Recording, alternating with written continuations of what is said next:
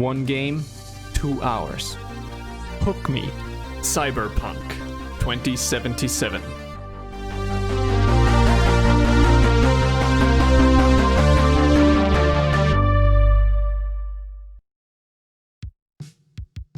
At long last, after years upon years of waiting and multiple short-term delays, we finally get to experience Cyberpunk firsthand. But can it live up to the near mythical hype surrounding it? Well, let's try and find out, shall we? Join me for another day in our city of dreams!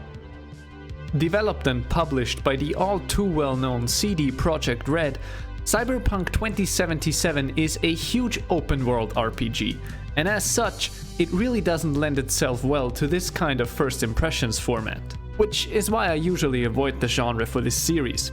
But come on, it's Cyberpunk, the game of the decade if not even the century. I can't possibly ignore that. And I can't have peace of mind while playing if I know I still have to do a video. So let's just see if the first few hours have me wanting to play more and if things seem to be going in the right direction. I'll try to keep this as spoiler-free as possible. Basically, if you've seen the Street Kid intro and the gameplay footage released 2 years ago, you've got nothing to worry. At first, you get to pick your character's origin, which will determine your introduction into the game, which district you start out in, and will later on also have an effect on which options will be available to you when interacting with certain characters.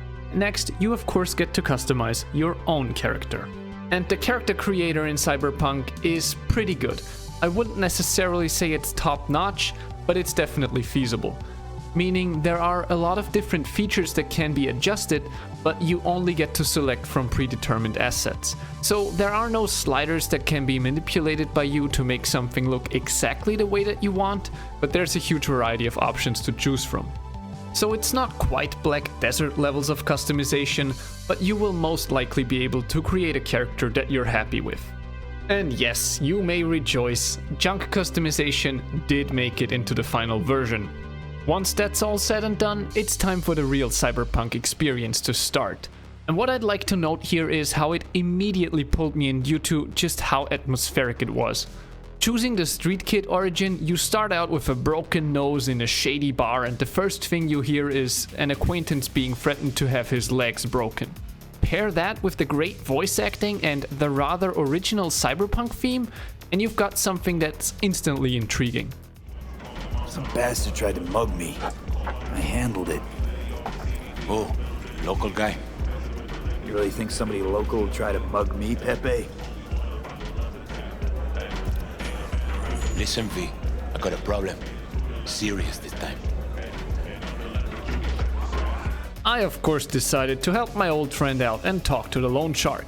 And once again, the moment you take a seat, his bodyguard sits down right next to you so you can't escape anymore. And then slams his gun on the table. These sorts of little things just really help to set the mood and make it very easy to immerse yourself. Not to mention that it looks absolutely gorgeous. It really feels like an interactive first-person movie a lot of the time. And this brilliant presentation and atmosphere has held up so far. The characters aren't one-dimensional plot devices. They feel and act very unique depending on what they do and which social layer they come from. So up until this point, in regards to story, atmosphere and characters, it's looking really good.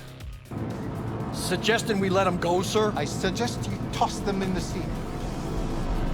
Cuff legs broken so this trash doesn't flow. You heard him. Fuck. Next, let's take a look at the other important thing, the gameplay. Now, any mission you undertake can usually be solved in a wide variety of ways. You can of course go in guns a-blazing and mow everyone down, or take a rather stealthy approach, or a more tech-focused one where you hack enemy turrets, cameras, or manipulate their cybernetic implants. This is made possible by your character's attributes and the huge selection of skills to choose from. Most of these are passive, which is something a lot of people might dislike, but there's also several active ones. And in addition to your skills, there are also a lot of cybernetic upgrades to choose from. So this level of customization already creates a huge replay value. Add to that the fact that a lot of missions supposedly give you choices that can lead you down branching paths, and the replay value increases even further. Now so far I only had minor dialogue decisions to make and nothing major, but then again, I merely just finished the introduction and a little bit more than the first mission, so I'm sure they'll pop up as I continue playing. Well, Patty, what's it gonna be? A counter offer. Turn around now and slide your ass right back into your ride. And your mother, who lives on Pájaro, will wake up safe and sound in the morning. The Lord is ever watching, cabrón. Of course, there's also a huge selection of weapons available. From your trusty old pistol to power and tech weapons with ricocheting and target-seeking bullets, over to katanas, mantis blades, or simply your fists, everything can be used. And the gunplay, at least in regards to the weapons that I did already get to try, feels pretty satisfying. Especially the pistol and assault rifles have a good amount of recoil. Depending on your selected difficulty, enemies can become walking bullet sponges. And if that's something that you dislike, well, I'm afraid there's really no way around that. Perhaps it helps if you remind yourself of the fact that these aren't normal people anymore. They have cybernetic upgrades, shields, and all kinds of nanotechnology, so it makes sense that they can live through several headshots. Well, kind of. no way. Not me. You got this.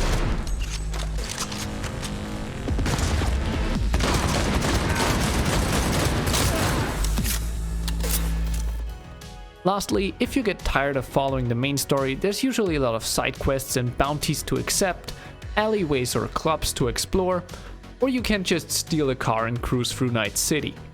As mentioned before, graphically it looks really impressive. If you can run it on max settings, that is. Because especially with ray tracing enabled, you're gonna need a beast of a machine to not have any frame drops. I thought mine could handle it at first, but was soon taught otherwise by hectic combat and busy outside areas. But even if you're running it on lower settings, it still looks great. And although it's probably somewhat of a farce at this point, let's ask the final question. Did Cyberpunk 2077 get me hooked? Yes, of course it did. To be honest, I can hardly wait to get this video done and go back to playing. It really is too bad I don't have the day off tomorrow. Shame. But more importantly, Cyberpunk 2077 is now available for $95.99, dollars or euros respectively. And depending on when and where you pick it up, you might be able to save a couple of bucks. Now, since I've barely scratched the surface myself so far, I can't recommend it in good conscience at this point. But what I will say is that it's looking very promising. At the moment, the best comparison I can draw is that it feels a lot like Deus Ex, so if you liked the original Deus Ex or especially Human Revolution and Mankind Divided, chances are you're gonna like this one too. And that marks the end of this episode and my initial look at Cyberpunk 2077. Please remember to leave a like or dislike depending on how you felt about it, subscribe for more, and I look forward to seeing you in the next one. Probably took a booster just before. You'll be fine. Got everything set up? Let's switch over to editing mode.